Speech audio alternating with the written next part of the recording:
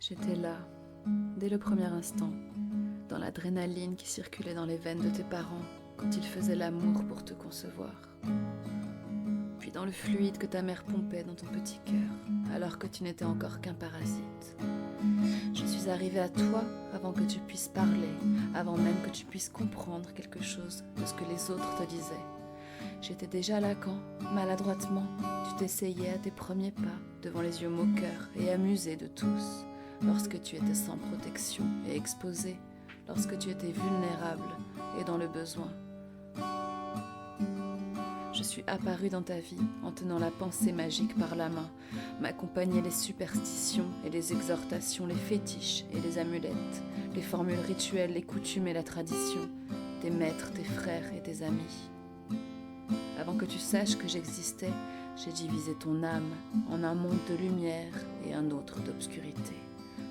Un monde de ce qui est bien et un autre de ce qui ne l'est pas. Je t'ai apporté tes sentiments de honte, t'ai montré tout ce qu'il y a en toi de mauvais, de laid, de stupide, de désagréable. Je t'ai collé l'étiquette de différent, lorsque pour la première fois, je t'ai dit à l'oreille que quelque chose n'allait pas bien du tout chez toi. J'existe depuis avant la conscience, depuis avant la culpabilité, depuis avant la moralité, depuis le commencement des temps, depuis qu'Adam a eu honte de son corps en s'apercevant qu'il était nu et l'a couvert. Je suis l'invité non voulu, le visiteur non désiré, et pourtant je suis le premier arrivé et le dernier à m'en aller. Avec le temps, je suis devenu puissant, en écoutant les conseils de tes parents sur la façon de réussir dans la vie, en observant les préceptes de ta religion qui te disent quoi faire et ne pas faire pour pouvoir être accepté de Dieu en son sein,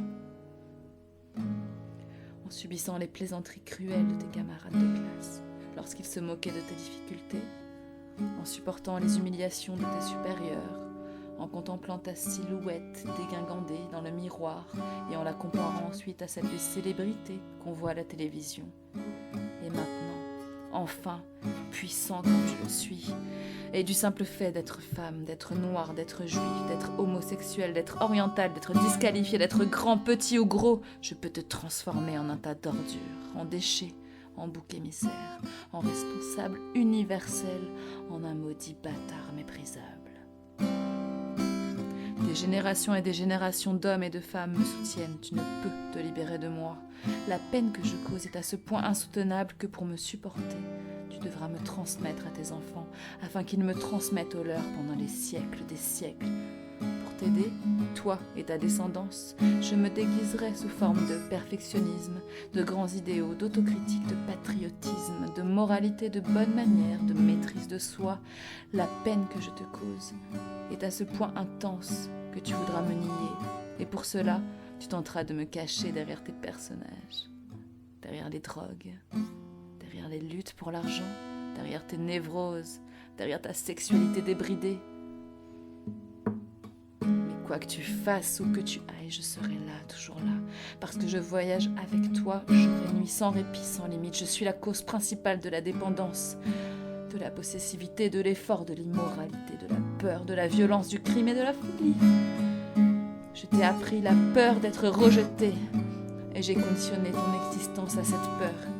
Tu dépends de moi pour continuer d'être cette personne entourée, désirée, applaudie, aimable, agréable que tu montres aujourd'hui aux autres. Tu dépends de moi parce que je suis le coffre dans lequel tu as caché les choses les plus désagréables, les plus ridicules, les moins désirables de toi-même. Grâce à moi, tu as appris à te satisfaire de ce que la vie te donne, car après tout ce que tu vivras sera toujours plus que ce que tu crois mériter. Tu as deviné, n'est-ce pas ?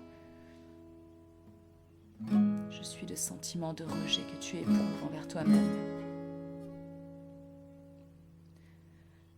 Je suis le sentiment de rejet que tu éprouves envers toi-même. Souviens-toi de notre histoire. Tout a commencé ce jour gris où tu as fièrement cessé de dire « je suis » et où, mi-honteux, mi-craintif, tu as baissé la tête, échangé tes paroles et attitudes pour une pensée. Je devrais être.